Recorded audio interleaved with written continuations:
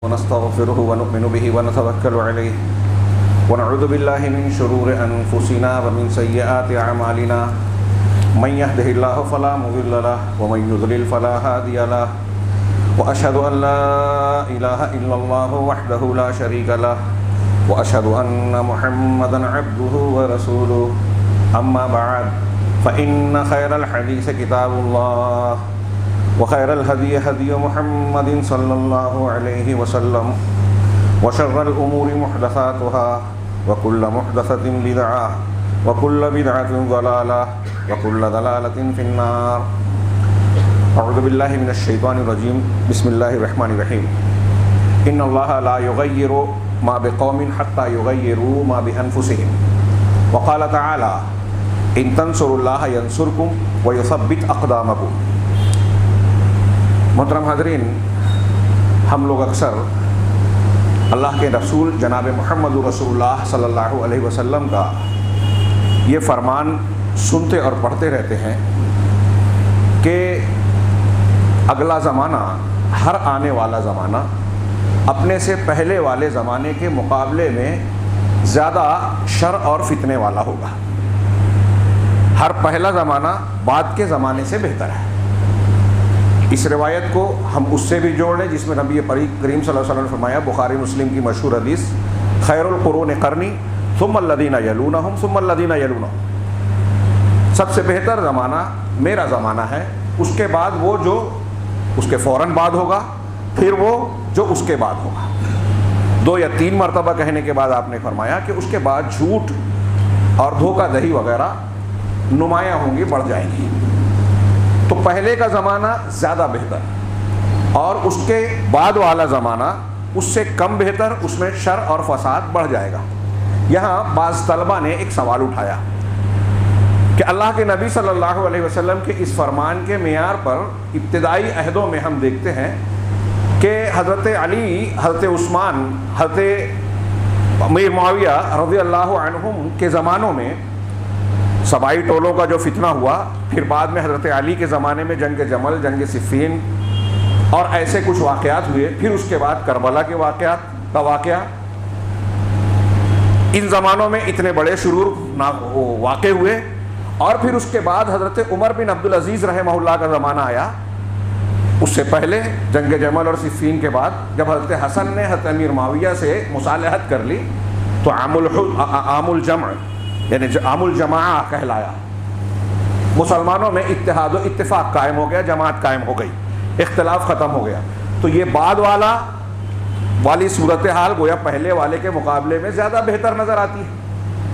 حضرت عمر بن عبدالعزیز رحمہ اللہ کے زمانے میں جمل، صفین، کربلا جیسے واقعات نہیں ہوئے. تو کچھ لوگ سوال اٹھاتے ہیں کہ یہ زمانہ تو بعد کا ہے لیکن پہلے والے سے بہتر نظر آتا ہے. تو اس کے کئی جوابات اہل علم نے دیے. ایک تو یہ کہ جو چند واقعات ہوئے ہیں وہ پوری اسلامی تاریخ اور پورے عالم اسلام کا نقشہ نہیں ہے جس کو لوگ بیان کر کے اعلیٰ تاریخ اسلام کا چہرہ بگاڑنے کی کوشش کرتے ہیں. دوسری بات کہ یہ خیر کا ہر آنے والا زمانہ پہلے سے زیادہ شر والا ہوگا اور پہلے والا اس کے مقابلے میں زیادہ خیر والا ہوگا. اس کا اصلی معنی کیا ہے؟ تو اس کا معنی جو زیادہ بہتر اہل علم نے، اہل تحقیق نے بیان کیا وہ یہ ہے کہ پہلے کے جو زمانے ابتدائی ہوں گے اس میں اہل علم، صحیح عقیدے والے، صحیح اور صالح عمل والے زیادہ ہوں گے. میں علم اور عمل صرف نہیں کہہ رہا ہوں، صحیح علم اور عمل صرف نہیں کہہ رہا ہوں، صالح عمل جو شریعت کے مطابق اور اخلاص والا. صحیح علم اور صحیح عمل والے جس زمانے میں جتنے زیادہ ہیں وہ زمانہ اتنا خیر والا ہے. علماء ربانیین کی تعداد جس زمانے میں جتنی زیادہ ہوگی اتنا زیادہ وہ زمانہ خیر والا ہوگا. اور اہل علم صحیح عقیدے پر گامزن اور اس کے مطابق عمل کرنے والے جیسے کم ہوتے جائیں گے جیسے ویسے شرور و فتن بڑھتے جائیں گے. اب اس تناظر میں دیکھا جائے تو جن دوروں میں جمل اور صفین کے، کربلا کے واقعات ہوئے، آپ دیکھیں کہ بعد والے کے مقابلے میں ان زمانوں میں صحابہ کرام، اہل علم، اہل عمل، صحیح العقیدہ لوگ، بدعات، خرافات، شرکیات سے پاک لوگ زیادہ تعداد میں تھے. لہذا وہ زیادہ خیر والا ہے. اور جیسے جیسے زمانہ آگے بڑھتا گیا علم صحیح اور عمل صالح میں کمی آتی گئی، علماء ربانیین کم ہوتے گئے، لہذا برکت خیر کم ہوتی گئی۔ اب اس تناظر میں آپ آج کا ماحول دیکھیے، ہمارے اور آپ کے درمیان کیا ماحول ہے۔ واقعات کے تناظر میں دیکھیں، اپنے اندر کے یا خارجی طور پہ جو واقعات ہو رہے ہیں ہمارے ملک اور عالمی سطح پر ہم جب دیکھتے ہیں تو مسلمانوں کے لیے انتہائی مشکل دور، ہر روز ایک نیا مسئلہ سر اٹھاتا ہے، اور ایسا سرسری قسم کا نہیں بلکہ صاف دکھائی دیتا ہے، لوگ مانتے اور محسوس کرتے ہیں کہ اس کے پیچھے منصوبہ ہے، سازش ہے، حکومتیں ہیں، باقاعدہ تنظیمیں ہیں، اس پر بڑے بڑے دماغوں نے کام کیا ہے۔ اگر ہم اپنے ملک کی بات کریں تو گزشتہ سال دو سال کے واقعات صرف آپ دیکھ لیجئے، کس طریقے سے مسلمانوں کے خلاف کارروائیاں ہوئیں، دھمکیاں دی گئی، پہلے مسجد کو ہڑپا گیا، پھر اس کے بعد جو ہے مختلف دینی موضوعات کو، کبھی طلاق کو، کبھی کسی اور موضوع کو، کرناٹک میں تعلیمی اداروں میں حجاب کو مسئلہ بنایا گیا، پابندی لگا دی گئی، دھرم سرسد میں کھلے طور سے مسلمانوں کے قتل کی دھمکیاں دی جا رہی ہیں، کارروائیاں کیا ہوتی ہیں ہم سب جانتے ہیں، لوگ چلا چیخ رہے ہیں۔ میڈیا کا کیا کردار ہے، پولیس کا کیا کردار ہے، حکومت کا کیا کردار ہے؟ اب ہمارے ہاں بالکل صاف ہے، سب دکھائی دے رہا ہے، یا تو ہمارا ملک کا جو سب سے بڑا وزیر ہے وہ یا تو خاموش رہتا ہے اور کبھی بیان دیتا ہے تو کہتا ہے شمشان اور قبرستان کی بات کرتا ہے، یہ کہتا ہے کہ لباس سے لوگ فسادیوں کو پہچان سکتے ہیں، صاف ان کی جانبداری اور فسادیوں کی سرپرستی بالکل صاف ہے۔ مسلمانوں کے خلاف ہجومی تشدد ہوتا ہے، اس کی ویڈیو وائرل ہوتے ہیں، کارروائی نہیں ہوتی، اور مسلمان اگر احتجاج کرتا ہے اس میں کہیں کچھ غلط ہو بھی گیا تو ایسی کارروائیاں ہوتی ہے کہ نہ صرف گرفتاریاں، انتہائی بہیمانہ اور بربریت کے ساتھ پیٹنے کی ویڈیو وائرل ہوئی، قانون اپنا کام کرنا شروع کر دیتا ہے اور حد سے بڑھ کر اپنے دائرے سے آگے بغیر کسی عدالتی کارروائی کے گھروں پر انتظامی کارروائی کرنا، بلڈوزر چلانا، اس سے پہلے بھی ہو چکا رمضان المبارک میں اور اب بھی ہو رہا ہے۔ ایسے واقعات اور پھر اس کا ایک سلسلہ یہاں تک پہنچا کہ جناب محمد رسول اللہ صلی اللہ علیہ وسلم کی شان میں گستاخیاں کی گئیں، یہ کوئی نیا واقعہ نہیں ہے، اور پھر اس پر ہمارا آپ کا رد عمل کیا ہے؟ ہر چیز پر تھوڑا چیختے چلاتے ہیں، جماعتیں جو ہے کچھ اپنے مذمتی بیانات دیتی ہیں، کچھ لوگ تصویریں کھنچواتے ہیں کہ ہم نے اپنا کام کیا، احتجاج کیا، اور موقع پڑتا ہے تو سودے بازیاں بھی کر لی۔ عالم اسلام کا دباؤ پڑا تو ہمارے ہی مسلمانوں میں کچھ لیڈر سامنے آتے ہیں جو موجودہ حکومت کی دفاعی باتیں کرتے ہیں اور ان کی جو ہے کیا کہیں گے چاپلوسی کا مظاہرہ کرتے ہیں، اور اس کے باوجود لیڈر ماننے والے ان کو لیڈر مانتے ہیں، جبکہ جانتے ہیں کہ قدم قدم پر یہ سودے بازی کر رہے ہیں۔ میں نے گزشتہ بعض خطبوں میں، تقریروں میں ذکر کیا جس کا کوئی رد عمل نہیں ہے، محمود پراچا، ایک مشہور نام، سپریم کورٹ کے ایک بڑا نام، قانون داں، پرسنل لا بورڈ کے ممبر، ان کا الزام ہے شدید کہ ہمارے لیڈروں نے سودے بازی کی ہے، پرسنل لا نے بابری مسجد کا کیس لڑے تھے ہارنے کے لیے، گیان واپی والی مسجد کا کیس لڑ رہے ہیں ہارنے کے لیے۔ کوئی چھوٹی موٹی بات ہے؟ ہم سب لوگ اور پوری قوم اور ملت، میں نے جو تمہید باندھی اس کی تناظر میں دیکھیے، احتجاج کیا، ہاں ابھی آپ سوشل میڈیا کو دیکھیں، اخبارات کو دیکھیے، رپورٹوں کو دیکھیے تو ہر مسلمانوں کی جماعت، لیڈر، خطیب، جمعہ کا خطبہ دینے والا، مقرر، گستاخی رسول سے متعلق جو ہے باتیں کرتا رہا اور کر رہا ہے، کرنا چاہیے، مذمت بالکل بجا، اپنے غم و غصے کا اظہار بالکل بجا، ہماری طاقت میں جو ہے ہم وہ کریں گے، کرنا چاہیے، محبت رسول کا تقاضا ہے، لیکن اتنا کر کے ہم نے مسئلہ حل کر لیا؟ تھوڑی دیر کے لیے سوچئے کہ ایک مسئلہ ابھی حل ہوتا نہیں ہے، دوسرا آتا ہے۔ ہمارا کام اب صرف یہ ہو گیا ہے کہ نیا مسئلہ وہ پیدا کریں اور ہم احتجاج کریں، اور احتجاج بھی کیسا؟ بالکل صاف ظاہر ہے کہ جو لوگ اس قسم کے بیانات داغتے ہیں، مسلمانوں کے جذبات سے کھلواڑ کرتے ہیں، اسلام اور مسلمانوں کو مختلف زبانوں میں نشانہ بناتے ہیں، بالکل صاف ظاہر ہوتا ہے کہ ان کے اپنے منصوبے، ان کو پتا ہے کہ ہمارے اس بیان کے رد عمل میں مسلمان کیا کریں گے، معلوم ہے انہیں، نہیں جانتے ایسا نہیں ہے، انہیں معلوم ہے پھر بھی کر رہے ہیں، اس کا مطلب وہ چاہتے ہیں کہ ہم ایسا کریں، ہمارا نوجوان، ہمارا عام طبقہ اس کو سمجھنے کے لیے تیار ہی نہیں ہے. کچھ علاقوں میں تنظیمیں بنتی ہیں، جذباتی باتیں کرتے ہیں، ہم یہ کر ڈالیں گے، ہم وہ کر ڈالیں گے، اور نتیجے میں مسلمانوں کو، قوم کو نقصان پہنچانے والا ہی قدم اٹھاتے ہیں. جذباتی باتیں کرتے ہیں. اسلام، مسلمان اور جماعت اور ملت کو کوئی فائدہ پہنچانے کی بجائے نقصان پہنچانے کا ذریعہ بنتے ہیں، بدنام کرنے کا. اور پھر اس معاملے میں جو لوگ مخالفت کرتے ہیں دوسروں سے زیادہ اپنوں سے لڑتے ہیں، اپنے علماء پر تنقید کرتے ہیں. کون سا مسئلہ میں اس کو بیان کروں؟ میں نوجوانوں سے کہوں گا، نیٹ کا زمانہ ہے، مطالعہ کیجئے، غفلت سے نکلیے. مسلمانوں کے خلاف سازش کے کیا کیا راستے ہیں، ان کو ولا اور برا اور اسلامی غیرت سے تہی دست کر دینے اور ختم کر دینے کے لیے کیا کیا کیا جا رہا ہے، ہم کو اندازہ بھی نہیں ہے. ہمارے گھروں میں سازش کے وہ پہلو کام کر رہے ہیں، ہم کو علم نہیں ہے. موبائل کے ذریعے سے، ٹی وی کے ذریعے سے، تعلیم کے ذریعے سے، پروپیگنڈے کے ذریعے سے، سیاست کے راستے سے، ہر راستے سے ہم پر حملہ ہو رہا ہے. ایمان پر، اسلام پر ایک دو واقعہ رونما ہوتا ہے تو ہم عارضی قسم کا رد عمل ظاہر کرتے ہیں. سوال یہ ہے، وقت بہت محدود ہوتا ہے، جو مضمون میں بیان کرنا چاہتا ہوں وہ قدر طویل ہے، لیکن اس کو سمیٹنے کی کوشش کروں گا. میں کہنا یہ چاہتا ہوں، اس پورے پس منظر میں کچھ اور باتیں چھوڑ رہا ہوں اس بے حسی کا اظہار کرنے میں. غور کرنے کی بات ہے کہ کیا ہماری دین سے لگاؤ اور دین کی ذمہ داری اتنی ہی رہ گئی ہے کہ ہم دوسرے لوگ منصوبے کے تحت، پروگرام کے تحت کوئی چیز اٹھائیں اور ہم ان کے منشے کے مطابق مظاہرہ کریں اور اپنے ہی نقصان کریں.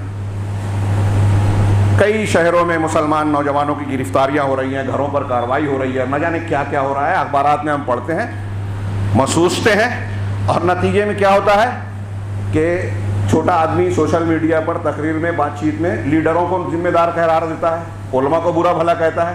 علماء، لیڈر مسلمانوں کو کہتے ہیں کہ جاہل ہیں، مانتے نہیں ہیں. بیانات آ رہے ہیں کہ احتجاج ہمارا حق ہے، لیکن احتجاج میں غلط کام کیا جاتا ہے.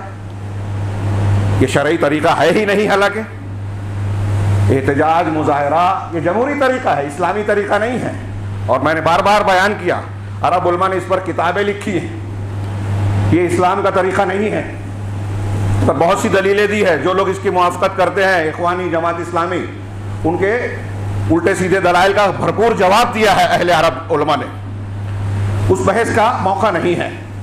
لیکن یہ صاف نظر آتا ہے کہ ایسی کارروائیاں مسلمانوں سے کروا کر مسلمانوں ہی کے خلاف ماحول تیار کیا جاتا ہے.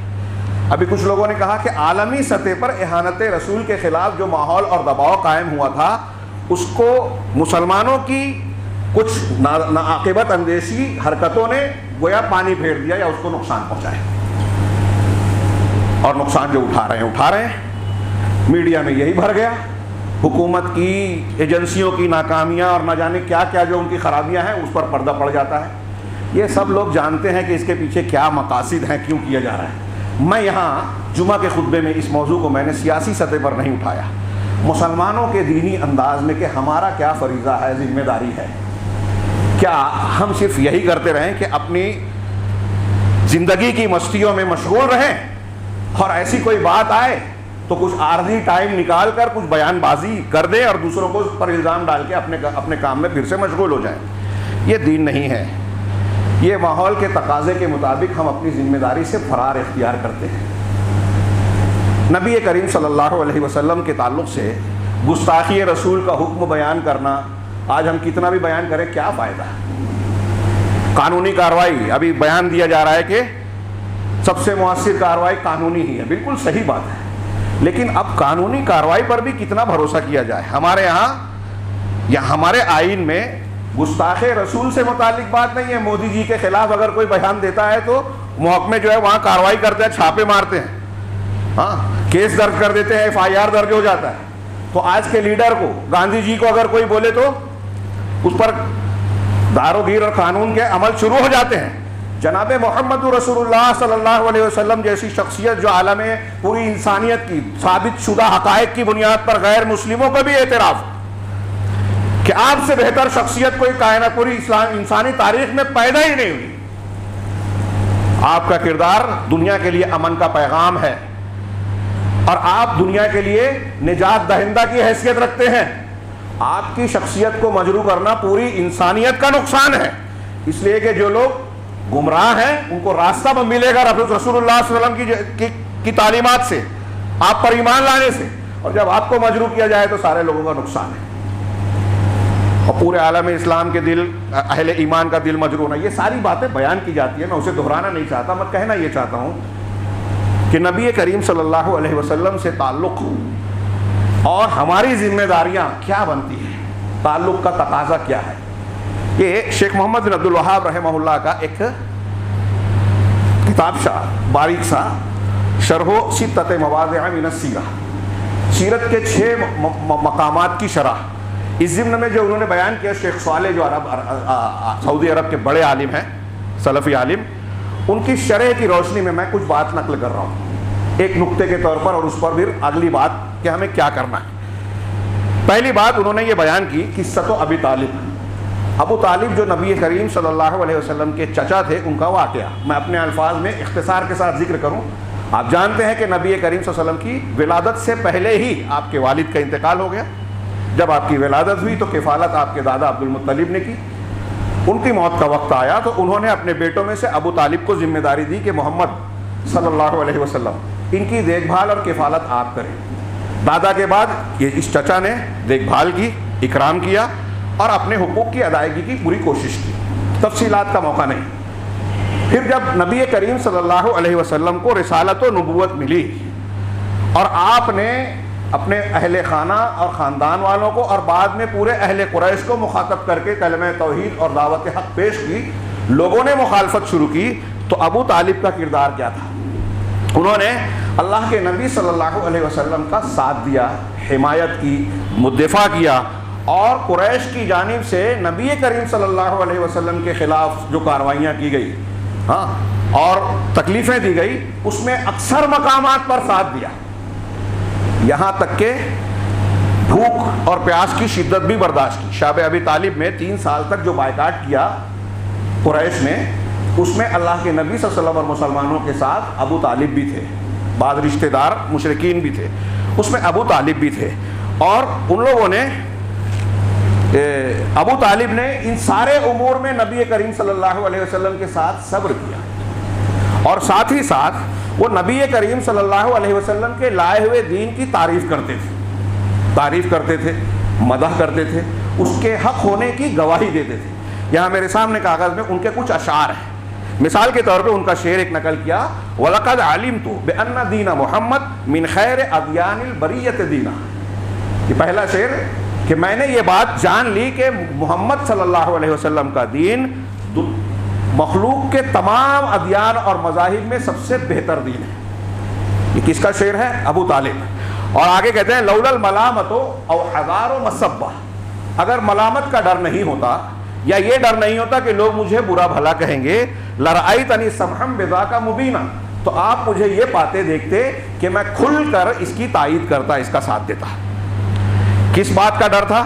شارح نے کہا کہ انہیں اس بات کا ڈر تھا کہ اگر میں محمد صلی اللہ علیہ وسلم کا دین قبول کر لوں تو لوگ مجھے طعنہ دیں گے کہ اپنے باپ عبد المطلب، سگے باپ اور پھر باپ دادا، ان کا جو دین ہے جس میں بتوں کی پرستش ہوتی تھی، اسلامی تعلیمات کے خلاف چیزوں کو اختیار کیا گیا تھا.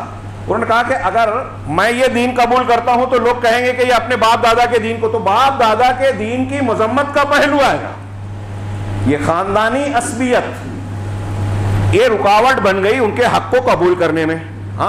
چنانچہ نبی کریم صلی اللہ علیہ وسلم کو انہوں نے سچا مانا. علامہ ابن کثیر کا حوالہ دیا، انہوں نے بھی بہت تفصیل سے بیان کیا کہ بدایہ نہایہ میں ابو طالب کے بارے میں علامہ ابن کثیر نے بیان کیا کہ وہ اس بات کا کھلا اعتراف کرتے تھے کہ محمد صلی اللہ علیہ وسلم واقعی اللہ کے رسول ہیں اور اپنی رسالت میں سچے ہیں، لیکن ان کی اتباع اور ماننا اس لیے انہوں نے اختیار نہیں کیا کہ ان کو اپنے آباء و اجداد کے دین کی برائی کا پہلو اس میں نظر آیا، جو کہ بت پرستی پر قائم تھے. چنانچہ جاہلی حمیت نے ان کو روک لیا اور اسلام کو قبول کرنے سے باز رکھا. یہ تاریخی حوالوں کے بعد بخاری مسلم کی ایک حدیث پیش کی جو آپ بارہا سن چکے ہیں کہ اللہ کے رسول صلی اللہ علیہ وسلم، حضرت سعید بن مسیب اپنے والد صحابی سے روایت کرتے ہیں کہ لما حضر ابا طالب الوفات، عربی کا چھوڑ کر میں مفہوم بیان کروں، آپ سن چکے ہیں کہ جب ابو طالب کے پاس موت کا وقت آیا، قریب آیا، نبی کریم صلی اللہ علیہ وسلم تشریف لائے، جبکہ ان کے پاس ابو جہل اور بنو مخزوم کے ایک سردار ابن ابی امیہ موجود تھے۔ قریش کے دو سردار، یہ دوستی تھی مشرکین سے، بری صحبت۔ ہاں، اللہ کے رسول صلی اللہ علیہ وسلم نے ان کی موجودگی میں ابو طالب سے کہا، یا عمی قل لا الہ الا اللہ کلمۃ احاج لک بہا عند اللہ، کہ چچا جان لا الہ الا اللہ کا کلمہ پڑھ لیجئے، یہ کہہ لیجئے، میں اللہ کے پاس تمہارے لیے اس کے ذریعے سے حجت پیش کروں گا۔ جب یہ دعوت دی آپ نے تو ابو جہل اور اس کے ساتھی سردار قریش نے یہ کہا کہ اترغبوا عن ملت عبد المطلب، بعض روایتوں میں اتترکوا دین عبد المطلب، کہ کیا آپ عبد المطلب کی ملت اور عبد المطلب کے دین کو چھوڑ دیں گے؟ کس کا حوالہ دے رہے ہیں؟ باپ دادا کا۔ یہاں کئی نقطے ہیں، موقع نہیں ہے۔ ابو جہل یہ سمجھ رہا ہے کہ لا الہ الا اللہ کا کہنے کا مطلب یہ ہے کہ باپ دادا کا دین چھوڑنا، اب دوسرا طریقہ نہیں چلے گا۔ آج بہت سے مسلمان یہ نہیں سمجھتے، عام مسلمان۔ کشف الشبہات کا ہمارا درس چل رہا ہے، کل کے درس میں بات آئی جو اگلے ہفتے بھی آئے گی، کہ عام مسلمان تو چھوڑیے، بہت سارے عالم کہلانے والے، امام کہلانے والے لا الہ الا اللہ کا وہ مطلب نہیں سمجھتے جو مشرکین مکہ جاہل کفار سمجھتے تھے۔ جاہل کفار جو لا الہ الا اللہ کا مطلب سمجھتے تھے، آج بہت سارے مسلمان نہیں سمجھتے اور اپنے آپ کو علامہ سمجھتے ہیں۔ قرآن کی تفسیر لڈاری اور توحید کا مطلب نہیں معلوم، لا الہ الا اللہ غلط معنی کرتے ہیں۔ ابو جہل یہ سمجھ رہا تھا کہ اگر لا الہ الا اللہ کہا تو باپ دادا کا دین چھوڑ دیا۔ اس کی تفصیل کا فی الحال موقع نہیں، کچھ شبہات کے درس میں انشاءاللہ تفصیل آئے گی۔ تو اللہ کے نبی صلی اللہ علیہ وسلم نے اپنی بات دوبارہ کہی، ابو جہل اور اس کے ساتھی نے اپنی بات کو دہرایا۔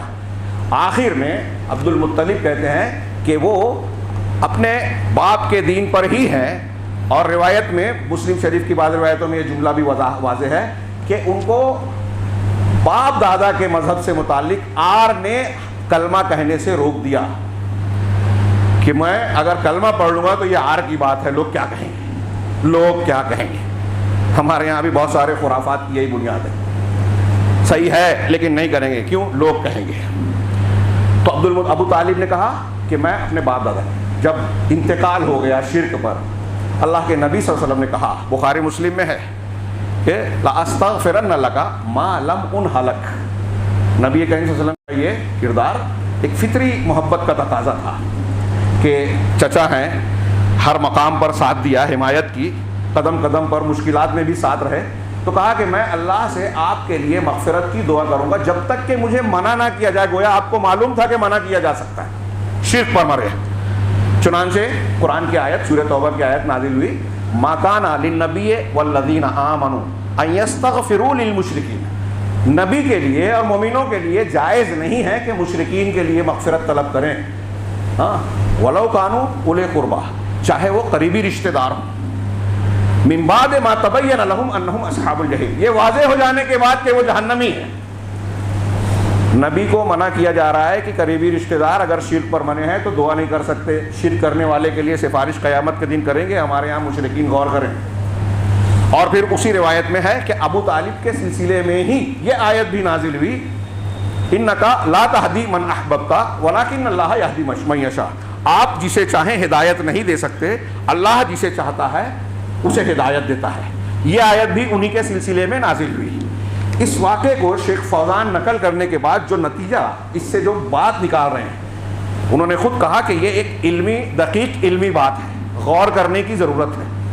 تو اس کا جو ایک نتیجہ واقعہ ہم نے بارہا سنا، موجودہ پس منظر میں رسول اللہ صلی اللہ علیہ وسلم کی محبت کا اظہار مسلمانوں نے جو کیا اور کر رہے ہیں، کرنا چاہیے، لیکن کیا وہ محبت سچی ہے؟ اس تناظر میں دیکھیے جو اس واقعے کے تناظر میں شیخ فوزان بیان کر رہے ہیں۔ کیا کہہ رہے ہیں کہ یہ اس بات پر، یہ روایت اور واقعہ، قرآن کی آیت اور اللہ کے رسول صلی اللہ علیہ وسلم کا پورا واقعہ معاملہ دلالت کرتا ہے کہ اسلام کی تعریف کرنا، رسول کی تعریف کرنا اور اس بات کا عقیدہ رکھنا کہ اسلام دین حق ہے، رسول اللہ صلی اللہ علیہ وسلم سچے رسول ہیں، یہ ماننا بغیر آپ کی اتباع کیے ہوئے، بغیر آپ کی تعلیمات کو مانے ہوئے، یہ فائدہ نہیں دیتا۔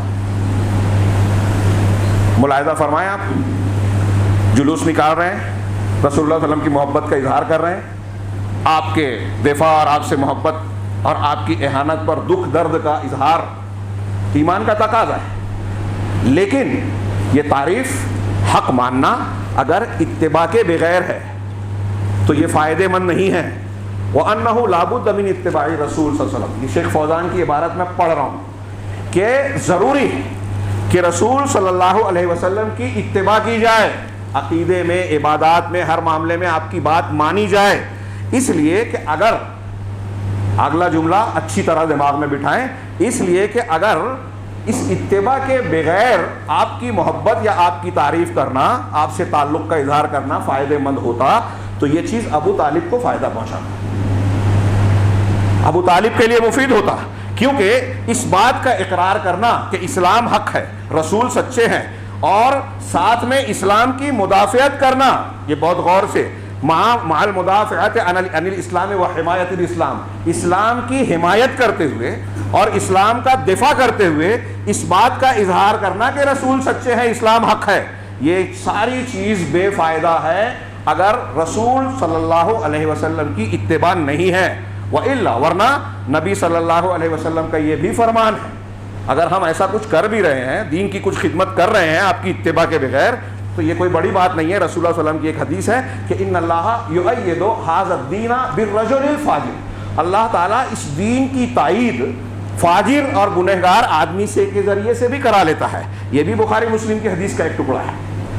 آگے کہتے ہیں چنانچہ ضروری ہے کہ اتباع کی جائے، اور اگر آپ اتباع کے بغیر اسلام کی معاونت کرتے ہیں، تعریف کرتے ہیں، تو اللہ کے نبی صلی اللہ علیہ وسلم کی رشتہ داری بھی مفید نہیں ہے۔ ابو طالب سگے چچا تھے، اگر آپ حمایت بھی کر رہے ہو اسلام کی، رسول کے ساتھ دے رہے ہو، لیکن آپ پر ایمان نہیں لا رہے ہو، آپ کی تعلیم کو مان نہیں رہے ہو، تو کہہ رہے ہیں کہ بغیر آپ کی اتباع کیے، بغیر آپ کی بات کے مانے، یہ قرابت، رشتہ داری، یہ تعریف، یہ توصیف، یہ محبت کا اظہار کوئی فائدے مند نہیں ہے۔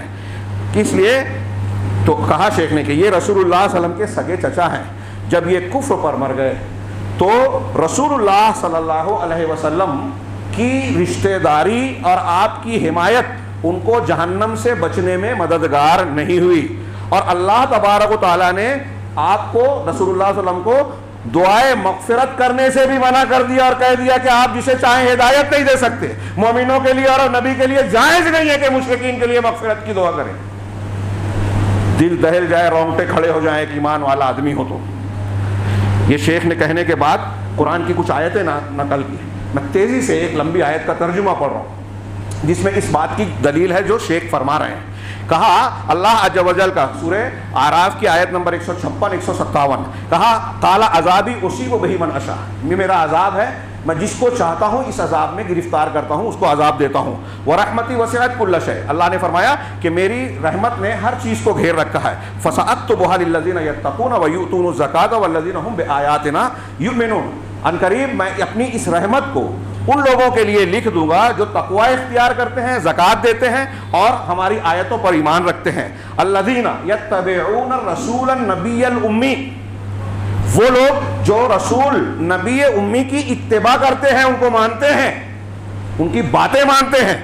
الذی یجدونہ مکتوبا عندہم، جسے وہ اپنے پاس لکھا ہوا پاتے ہیں، فی التوراۃ والانجیل، توریت اور انجیل میں۔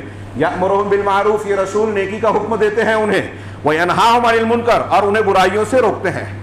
جو لوگ رسول اللہ صلی اللہ علیہ وسلم کی شان میں گستاخیاں کرتے ہیں، گالیاں دے رہے ہیں، انہیں نبی صلی اللہ علیہ وسلم کی تعلیمات اور کردار بتانا بھی ہمارا فریضہ ہے۔ یہ ہمارے بہت سارے خطبہ اور مقررین اور مضمون نگار لکھ رہے ہیں، لیکن صرف لکھ رہے ہیں، بیان کر رہے ہیں، ہم خود اس کو قبول کرنے کے لیے تیار نہیں ہیں۔ ابھی ہم آگے گفتگو کریں گے۔ وَيُحِلُّ لَهُمُ الطَّيِّبَاتِ، اور ان کے لیے طیب اور پاکیزہ چیزوں کو حلال قرار دیتے ہیں۔ وَيُحَرِّمُ عَلَيْهِمُ الْخَبَائِثَ، اور خبیث چیزیں جو نقصان دہ ہیں ان کو حرام قرار دیتے ہیں۔ وَيَضَعُ عَنْهُمْ إِصْرَهُمْ وَالْأَغْلَالَ الَّتِي كَانَتْ عَلَيْهِمْ، اور ان سے اس بوجھ اور طوق کو ہٹاتے ہیں جو ان پر تھا، پچھلی شریعتوں میں جو مشکلات تھی اس کو آسان بنایا۔ فَالَّذِينَ آمَنُوا بِهِ، اب اگلے یہ جملہ یہ محل استشہاد ہے، پس جو لوگ آپ پر ایمان لائے، وَعَزَّرُوهُ، اور آپ کی حمایت کی، وَنَصَرُوهُ، آپ کی مدد کی، وَاتَّبَعُوا النُّورَ، اور اس نور کی اتباع کی۔ یہاں شیخ نے درمیان میں کہا لم یکتفی بقولہ، اللہ تعالیٰ نے یہاں صرف اتنا نہیں کہا کہ اس رسول کی جس نے جو ایمان لایا اور آپ کی حمایت و مدد کی. صرف اتنا نہیں کہا بلکہ آگے جملہ کیا کہا؟ اس نور کی اتباع کی الذی انزل معہ، جو اللہ کے نبی کے ساتھ نازل کیا گیا. اولئک هم المفلحون، یہی لوگ کامیاب ہیں. تو شیخ نے آگے فرمایا، اس آیت کو پوری پڑھ لیجئے غور سے، کہ اللہ کے رسول صلی اللہ علیہ وسلم کی آپ نے حمایت کی، جلسہ نکالا، مذمت کی، اہانت رسول کے بیان کی، لیکن آپ رسول کی تعلیم کو مان نہیں رہے ہیں، زندگی میں نافذ نہیں کر رہے ہیں، صحیح عقیدہ اختیار نہیں کر رہے ہیں. تو بتائیے جب ابو طالب کو اللہ کے رسول صلی اللہ علیہ وسلم کی حمایت، مدافعت، اسلام اور رسالت کو سچا ماننا فائدہ مند نہیں ہوا، آگے یہ بھی روایت نقل کی کہ ان کو بس اتنا فائدہ ہوگا کہ جہنم میں عذاب ہلکا ہوگا دوسرے مشرکین کے مقابلے میں، جہنم سے نکل نہیں سکیں گے، اور انہی کو پیر میں 2 جوتیاں آگ کی پہنا جائے گی، جس سے ان کا دماغ کھولے گا اور وہ سمجھیں گے کہ سب سے زیادہ سخت عذاب انہیں ہو رہا ہے، حالانکہ وہ سب سے ہلکا ہوگا. یہ سامنے رکھنے کے بعد نتیجے کے طور پر ہمیں کیا کرنا ہے؟ میں ایسا مانتا ہوں کہ اب یہ مذمتی بیان، ہمارے خلاف کیا سازش ہو رہی ہے، کیا منصوبے ہیں، یہ بیان کرنے کی اب زیادہ ضرورت نہیں ہے. سب کو پتہ ہے میڈیا کا کردار، پولیس کا کردار، حکومتوں کے منصوبے، مختلف تنظیمیں ہمارے خلاف کیا کچھ کر رہے ہیں، سب جانتے ہیں. ان چیزوں کو بیان کرنے سے زیادہ ہمارے یہاں ایسا محسوس ہوتا ہے کہ خوف، دہشت، فکر مندی آتی ہے، لیکن وہ بات لوگ کہتے ہی نہیں ہیں، کر ہی نہیں رہے ہیں جو کرنا چاہیے. کیا آپ کے ہمارے وقتی طور سے کچھ بیان بازی سے 1-2 قانونی کارروائی والی بات شاید ادھوری رہ گئی تھی میری، کہ اس پر بھی کتنا بھروسہ کرے؟ بابری مسجد کے معاملے میں ہم نے دیکھ لیا، جذبات کی بنیاد پر فیصلے کیے گئے، سپریم کورٹ نے ثبوتوں کو نظر انداز کیا گیا، اور ایسی کئی چیزیں ہیں. میں جو کہہ رہا ہوں لوگ کہیں گے کہ آئین کے دائرے میں یہ اہانت عدالت ہے، لیکن میں جو بات کہہ رہا ہوں قانونی ماہرین، سابق ججوں اور بہت سارے قانونی ماہرین نے بات کہی، اور یہ بالکل کھلی حقیقت ہے، اور یہ کوئی ایک واقعہ نہیں ہے. ہم اور بھی ایسی کئی چیزیں دیکھ رہے ہیں. تو کیا کچھ اس میں کھیل کھیلا جاتا ہے یہ ہم سب جانتے ہیں، لوگ جانتے ہیں.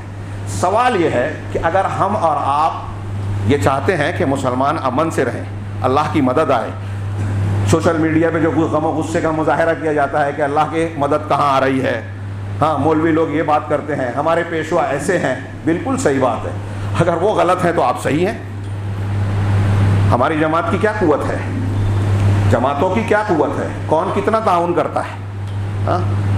ہم یہ کہتے ہیں کہ بھئی جماعت کچھ نہیں کر رہی ہے، تو میں اکثر کہتا ہوں کہ یہ نہ کہیے کہ یہ میں کچھ نہیں کر رہا ہوں، کیونکہ آپ اگر جماعت سے جڑے ہیں، آپ جماعت کا کے فرد ہیں، تو آپ بھی جماعت کا حصہ ہیں، اور آپ کچھ نہیں کر رہے ہیں اس کا مطلب آپ جماعت کو کمزور کرنے کا ایک سبب آپ بھی ہیں. تو جب آپ قوت ہی نہیں دے رہے ہو، کوئی موقع آیا بیان بازی کر لیا، اس سے کیا بگڑے گا ان لوگوں کا جو 100 سال سے محنت کر رہے ہیں، جو منصوبے بنا رہے ہیں، جنہوں نے ہر کلیدی عہدوں پر اپنے لوگوں کو، جن کو اس بات کا بھی ڈر نہیں ہے کہ ہمارے خلاف لوگ ووٹ دیں گے، سب ہمارے ہاتھوں میں ہے، ہمیں دکھائی دے رہا ہے. بڑے بڑے لیڈران اپنے آپ کو بے بس محسوس کر رہے ہیں. میں یہ نہیں کہتا کہ مایوس ہوا جائے، ہمیں یہ ایک اقتباس میں پیش کرنا چاہتا ہوں. بہت کم وقت ہے بلکہ زائد ہو گیا ہے، اس لیے اختصار، جبکہ اس کی وضاحت کی ضرورت ہے. انہوں نے ایک کتاب میں لمبی چوڑی بحث کی، اور مسلمانوں کے حالات، اس پر زیادہ گفتگو ہونا چاہیے کہ ہمارے تعمیر کا، اصلاح کا، اللہ کی مدد حاصل ہونے کا ذریعہ کیا ہو، ہمارے بچوں کی نئی نسل کی تربیت کیسے ہو. میں پھر کہہ رہا ہوں اس سلسلے میں ہم لوگ سنجیدہ نہیں ہیں. فکر مندی کا مظاہرہ کرتے ہیں تو اب راستے نہیں پاتے جب نوجوان، تو کوئی جو ہے جذباتی بن جاتا ہے، کوئی علماء سے بدظن ہو کے منکر حدیث بن جاتا ہے، کوئی حکومت کے سائے میں، ہمارے یہاں ایسے لوگ بھی ہیں جو وہاں جاتے ہیں. اور تربیت اور تعلیم کا اتنا خراب ماحول ہے، میں بار بار یہ بات دہرا رہا ہوں. آج کل ہمارے بچے اور بچیاں اگر غیر مسلم بن رہے ہیں شادی کے نام پر، کسی بھی نام پر، یہ انتہائی کھلا ہوا اعلان ہے کہ ہمارے گھر، ہمارا سماج اور معاشرہ اسلامی تربیت سے انتہائی تہی دست ہے. لوگ کتنے بھی مظاہرے کرتے رہے کہ جماعت کا کام ہم کر رہے ہیں، دین کا کام کر رہے ہیں، روز فوٹو چھپ رہا ہے، روز رپورٹ آ رہی ہے، رپورٹیں، فوٹو کو دیکھا جائے تو ایسا لگتا ہے مسلمانوں میں بہت کام ہو رہا ہے، زمین پر کچھ نہیں ہے.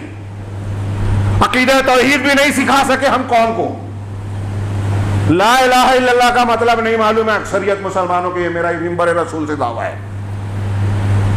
تو اب اس تناظر میں آپ دیکھیے ہمیں کیا کرنا ہے. سب سے پہلی بات پچھلے خطبوں میں بیان کیا کہ مسلمانوں کی اصلاح اور تعمیر کا وہی طریقہ ہے جو رسول اللہ صلی اللہ علیہ وسلم نے بتایا۔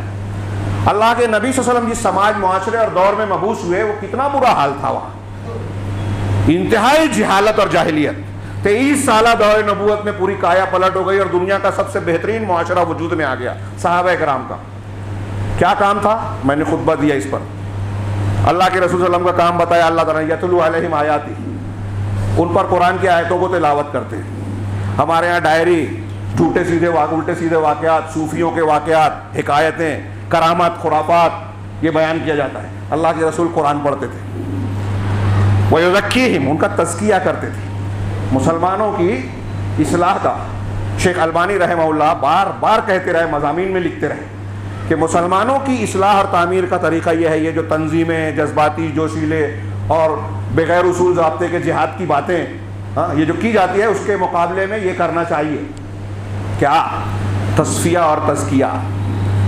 التصفیہ والتربیہ، تزکیہ تربیہ، تصفیہ صفائی، شرک سے صفائی توحید کی تعلیم، بدعات سے صفائی سنت کی تعلیم، باطل سے صفائی حق کی تعلیم، برے اخلاق حرام سے نجات اور حلال خوری اور اچھے اخلاق کی تعلیم۔ یہ تصفیہ ہے گندگی کو صاف کرنا، اور یہ تربیہ ہے اچھائی کی تعلیم دینا۔ اب تھوڑی دیر کے لیے یہ پیش کرنے سے پہلے آپ غور کیجئے کہ کون سا زندگی کا ہمارا آج میدان ہے جو اس کا متقاضی نہیں ہے۔ میں اگر بیان کروں تو بہت دیر ہو جائے گی۔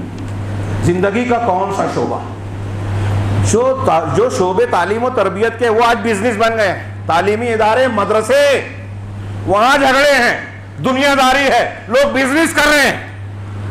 ابھی خبریں بار بار آ رہی ہے کہ لاک ڈاؤن کے بعد مدارس دینیہ میں طلبہ کی تعداد کم ہو گئی ہے، قوم کو کوئی فرق نہیں پڑ رہا ہے، کسی کو فکر نہیں ہے، علماء کم ہوں گے، دعات و مبلغین، کہتے ہیں ان کی ضرورت ہی کہاں ہے؟ ڈاکٹرز کی ضرورت ہے، آئی پی ایس اور آئی ایس کی ضرورت ہے، جو لوگ آفیسرز بن رہے ہیں وہ کہاں گئے؟ قوم کی کتنی خدمت کر رہے ہیں اور علماء کتنی خدمت کر رہے ہیں؟ غور کیجئے، جس بھی برے حالت میں ہے، قوم ان علماء کا کیا خیال رکھتی ہے جس کو ہم نے حقیر سمجھ لیا ہے؟ یہ سمجھ لیجیے کہ جس دن اس علم میں دین ختم ہو گیا، دین ختم ہو جائے گا، علماء ختم ہو گئے، اسلام نہیں بچے گا۔ ہوائی بات نہیں کہہ رہا ہوں، ہمارے سلف کے علماء میں شاید نقل کر چکا ہوں، یہ فتویٰ دیتے ہیں جس بستی میں کوئی عالم دین نہیں رہتا اس بستی میں رہنا جائز نہیں ہے۔ جو دین کی رہنمائی کرے، صحیح عقیدہ اور صحیح تعلیم دے، تو ہمارے یہاں اس کی کوئی فکر نہیں ہے۔ ہاں، مدارس میں جو ہے تجارت کا اڈا بن گیا۔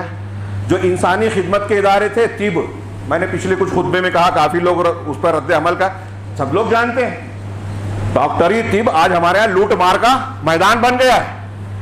سودی لین دین سے پڑھتے ہیں، سودی لین دین سے دواخانے بناتے ہیں، اور ناجائز طریقے سے لوگ مریضوں کا علاج کرتے ہیں، ان کو لوٹ مار کرتے ہیں، بے مروتی کی انتہا کرتے ہیں، جو مر رہا ہے اس کو اور مارتے ہیں۔ ایسے بے مروت لوگوں پر اللہ کا رحم آئے گا کہاں سے؟ ایک غریب آدمی اگر ڈیلیوری کے لیے جاتا ہے تو نارمل ہوتی ہی نہیں ہے، ہم سب جانتے ہیں۔ ایسے کتنے معاملات ہوتے ہیں، کوئی چیک اپ کے بغیر جس کی ضرورت نہیں ہے وہ بھی کروایا جاتا ہے۔ تعلیمی اداروں میں رشوت، ڈونیشن، اور ایسے سب لوگ سفید پوش،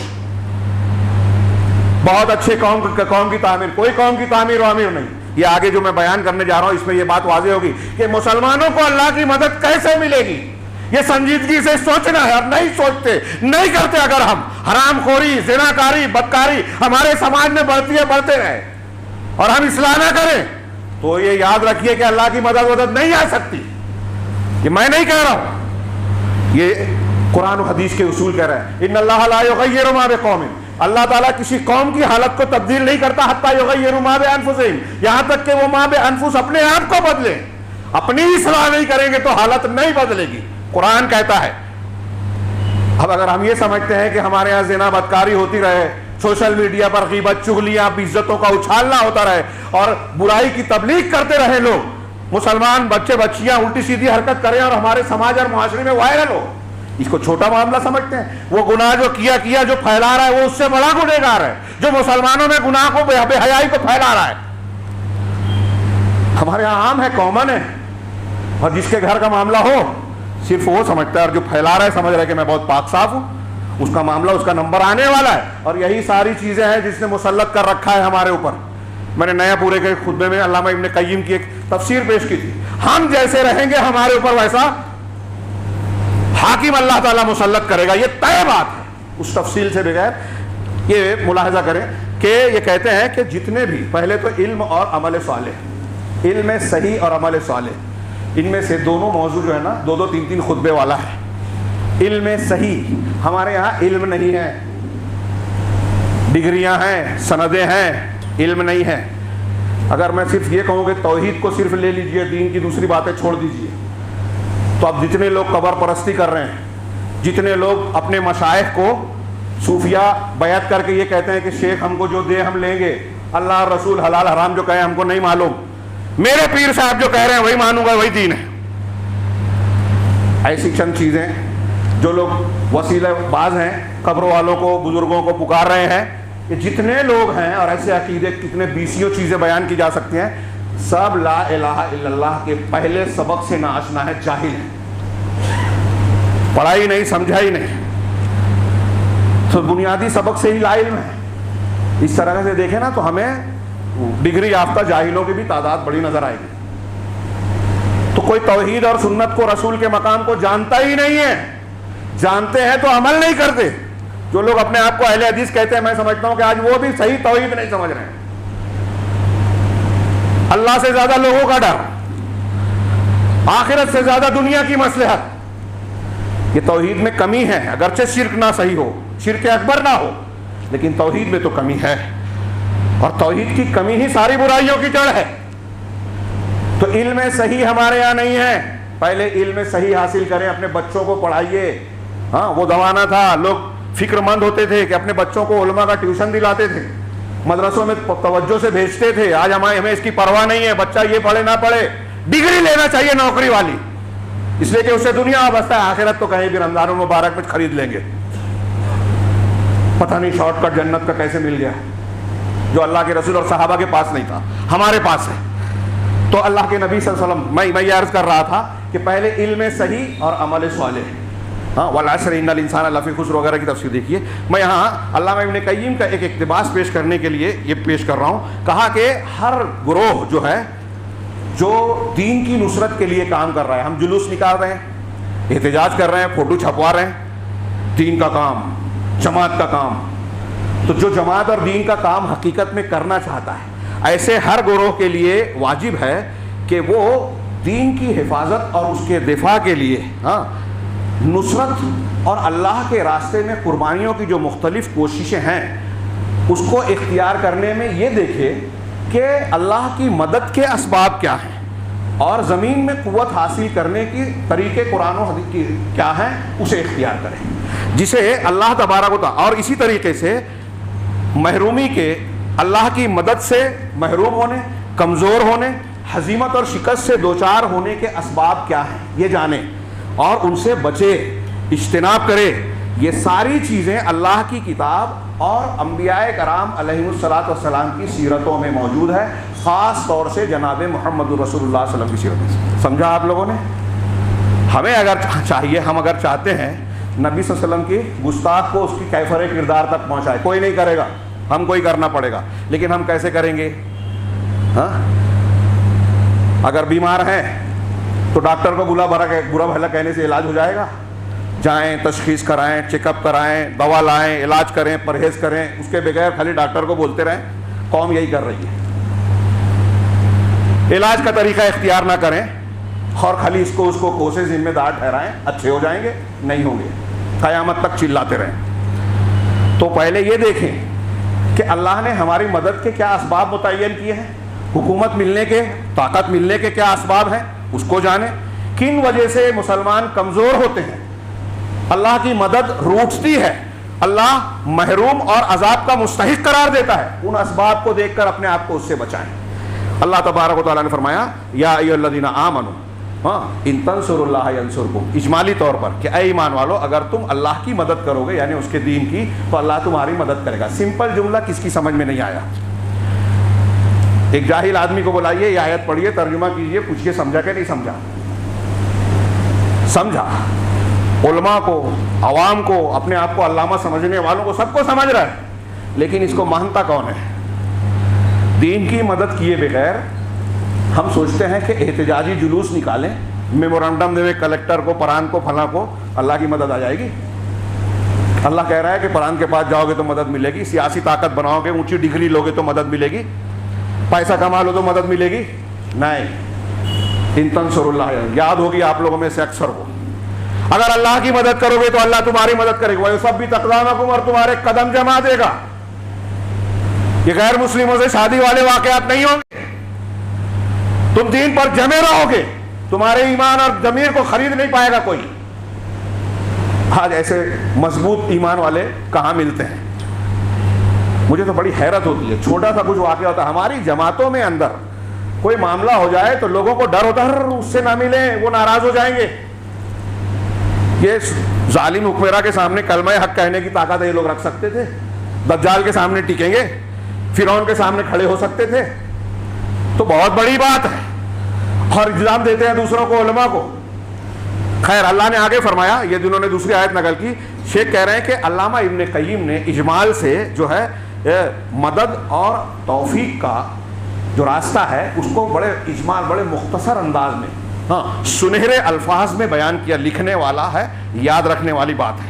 اور اگر شرح کرنے جائیں تو 2 خطبے درکار ہوں گے، لیکن میں 5 منٹ میں اسے پیش کرنا چاہوں گا کہ شیخ علامہ ابن قیم کہتے ہیں کہ اذا قام العبد بالحق علی غیرہ، جب بندہ حق کو اپنے علاوہ پر قائم کرتا ہے، وعلی نفسہ اولا، اور پہلے اپنے نفس پر حق کو، قرآن حدیث کی صحیح عقیدہ، صحیح تعلیم، اس کو اختیار کر کے اپنی زندگی میں نافذ کیا، بہت لمبی چوڑی بات کو بہت مختصراً بیان کیا ہے، اپنے آپ پر نافذ کیا یعنی سچا مسلمان بنا، اسلام پر عمل کیا، صحیح عقیدہ سیکھا، عمل کیا، اور پھر دوسرے کو اس کی تبلیغ کی، ہاں وَكَانَ قِيَامُهُ بِاللَّهِ وَلِلَّهِ لَمْ يَكُنْ لَهُ شَيْءٌ، اور اس کا یہ قیام یعنی دین پر عمل کرنا، خود کا اور دوسرے پر عمل کروانا، کوشش کرنا، یہ اللہ کے ذریعے ہو، اللہ کے لیے ہو۔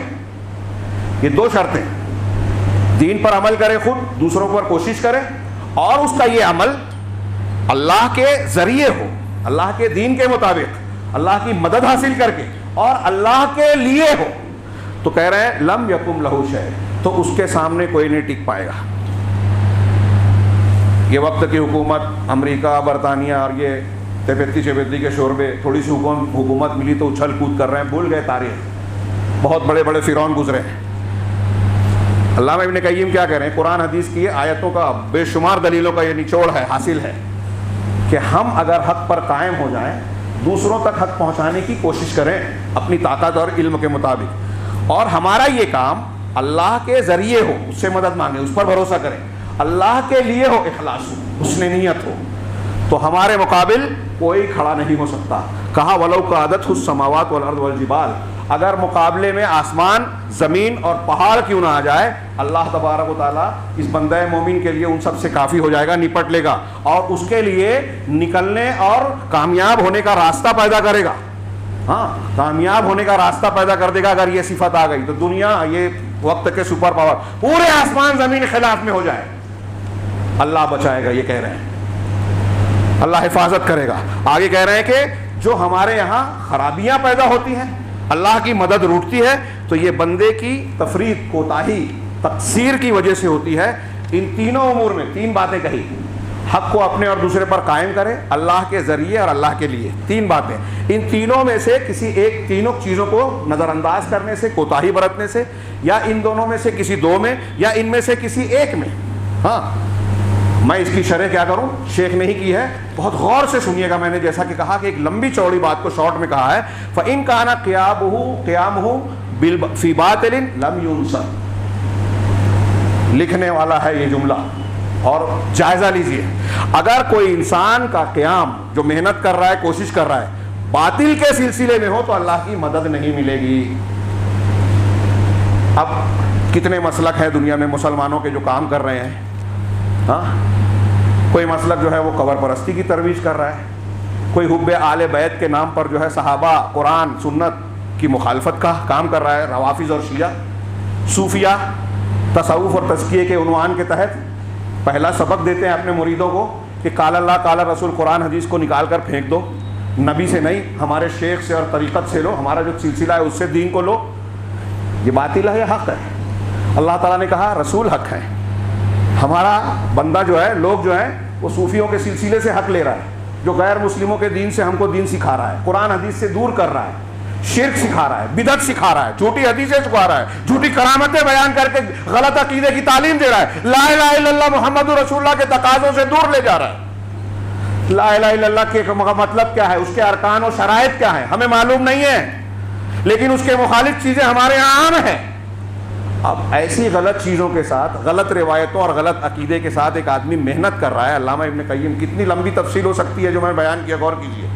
تو اگر ہم ایسی محنت کریں گے اللہ کی مدد نہیں ملے گی, کیونکہ ہم باطل میں محنت کر رہے ہیں. دوسرا, وَإِن نَصَرَ نَصْرًا عَارِضًا فَلَا عَاقِبَةَ لَهُ, اور اگر اللہ کی مدد کچھ نظر بھی آئے تو یہ عارضی مدد ہوگی اور اس کا کوئی مضبوط انجام نہیں ہوگا, بلکہ وہ شخص مذموم اور مخذول ہوگا, اس کی مذمت ہوگی اور وہ بے سہارا ہوگا, اس کا کوئی پوچھنے والا. آج مسلمانوں کا یہی حال ہے.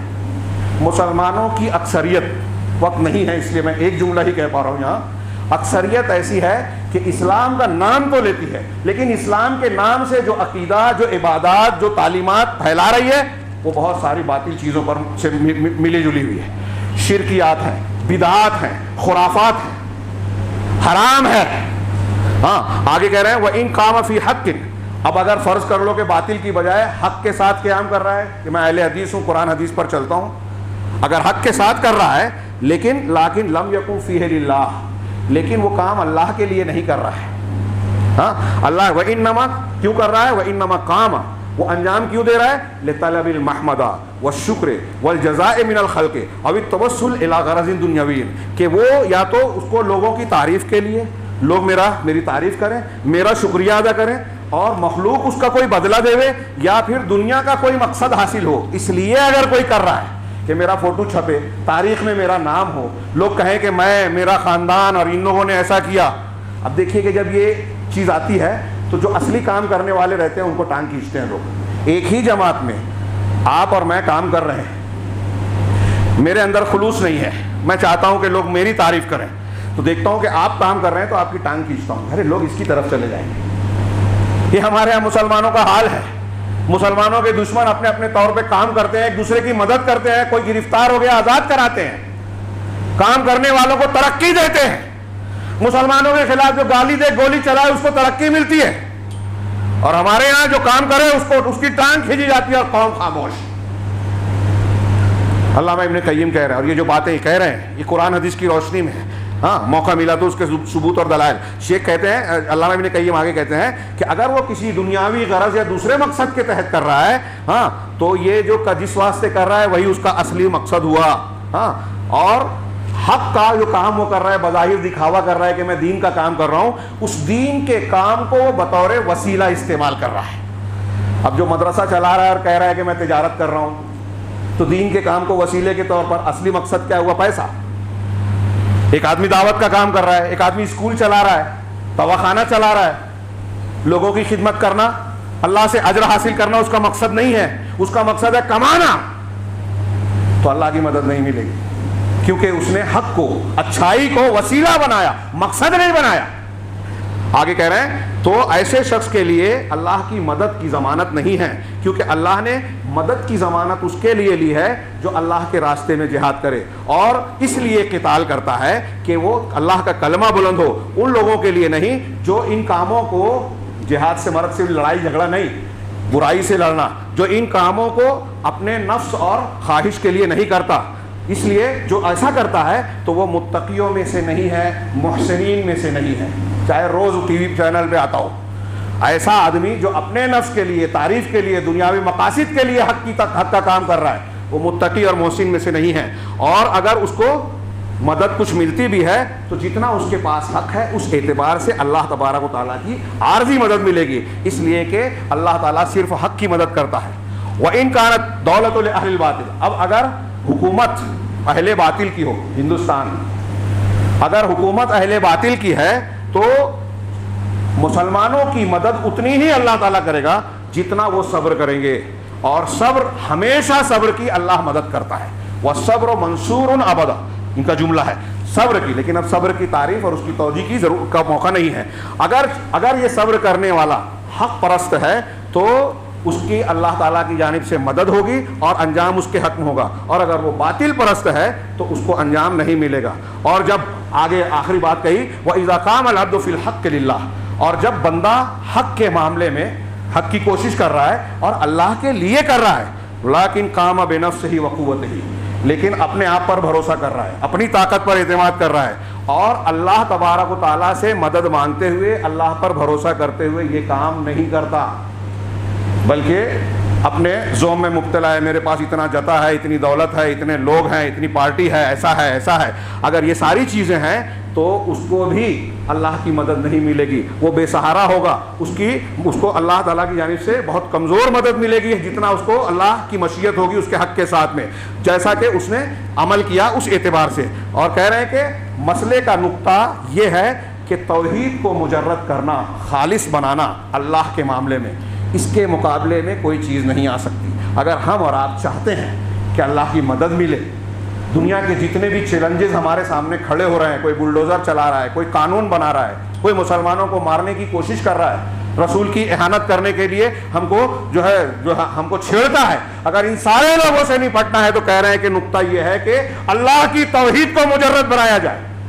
ایسا شخص جو توحید خالص والا ہوگا, پکی توحید والا ہوگا, اس کے تقاضوں کو سمجھنے اور پورا کرنے والا ہوگا, تو اس کی اللہ کی جانب سے تائید پکی ہے, مدد پکی ہے, اگرچہ دنیا کے سارے دشمن اس پر اکٹھا ٹوٹ پڑے.